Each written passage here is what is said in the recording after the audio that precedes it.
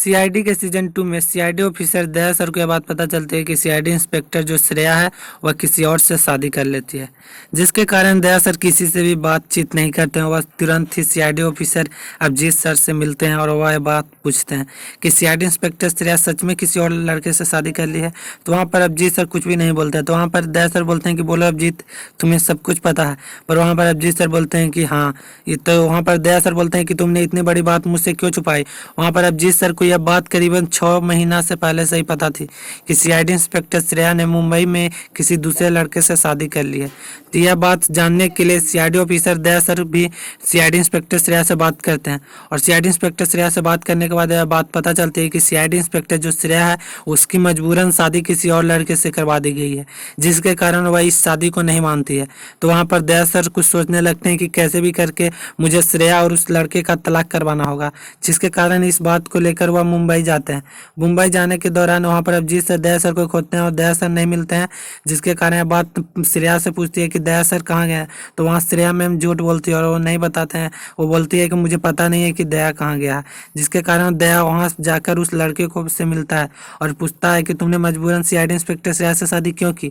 तो मैंने मजबूरन शादी नहीं किया हूँ, मुझे श्रेया ने अपनी मंजूरी से शादी की है। वहाँ पर श्रेया को बुलाते हैं दया सर और पूछते हैं। तो वहाँ पर श्रेया सच में बोल देती है कि मैं अपनी मंजूरी से शादी किया हूँ, क्योंकि उनको बहुत ही धिड़काया गया था, जिसके कारण वह गलत बात को ही अपना ली थी। वहाँ पर श्रेया को यह बात सुनकर दया सर को बहुत झटका लगता है और सोचने लगते हैं कि यह श्रेया अभी झूठ क्यों बोल रही है, जिसके कारण कुछ तो हुआ है। वहाँ से चले जाते हैं। दया सर जाने के बाद वह नज़र रखते हैं उस आदमी पर। उस आदमी जब बाहर निकलता है तो श्रेया से बात करता है और श्रेया बोलती है कि मुझे बहुत ही वो बोला था, जिसके कारण मैंने यह बात कहा। तो वहाँ पर दया सर बोलते हैं कि कोई बात नहीं, मैं तो उसे समझा ही दूंगा और तुम चिंता मत करो, मैं तुम्हारा उसका तलाक करवा दूंगा।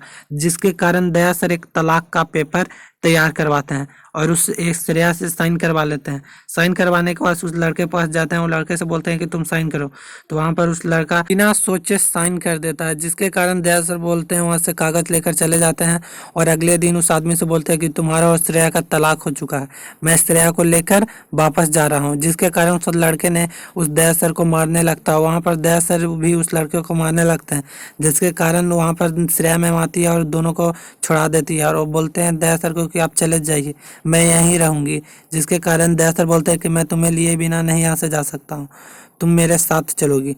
जिसके कारण श्रेया मैम जाने से मना कर देती है। उस लड़के जो रहता है वो बोलता है कि श्रेया तो तुम्हारे साथ जाएगी नहीं। वहाँ पर सीआईडी के सारे टीम आ जाते हैं, जिसके कारण उस लड़के को भी लेकर वापस चले जाते हैं। और उस लड़के ने बहुत ही बड़ा काम किया था, जिसके कारण बिना लड़की की मर्जी से शादी किया था, जिसके कारण उसे बहुत ही कड़ी सजा होती है। वीडियो अच्छी लगी तो वीडियो को लाइक करें और चैनल को सब्सक्राइब करें। तो चलिए करते हैं वीडियो को समाप्त, मिलते हैं नेक्स्ट वीडियो में, तब तक के लिए बाय।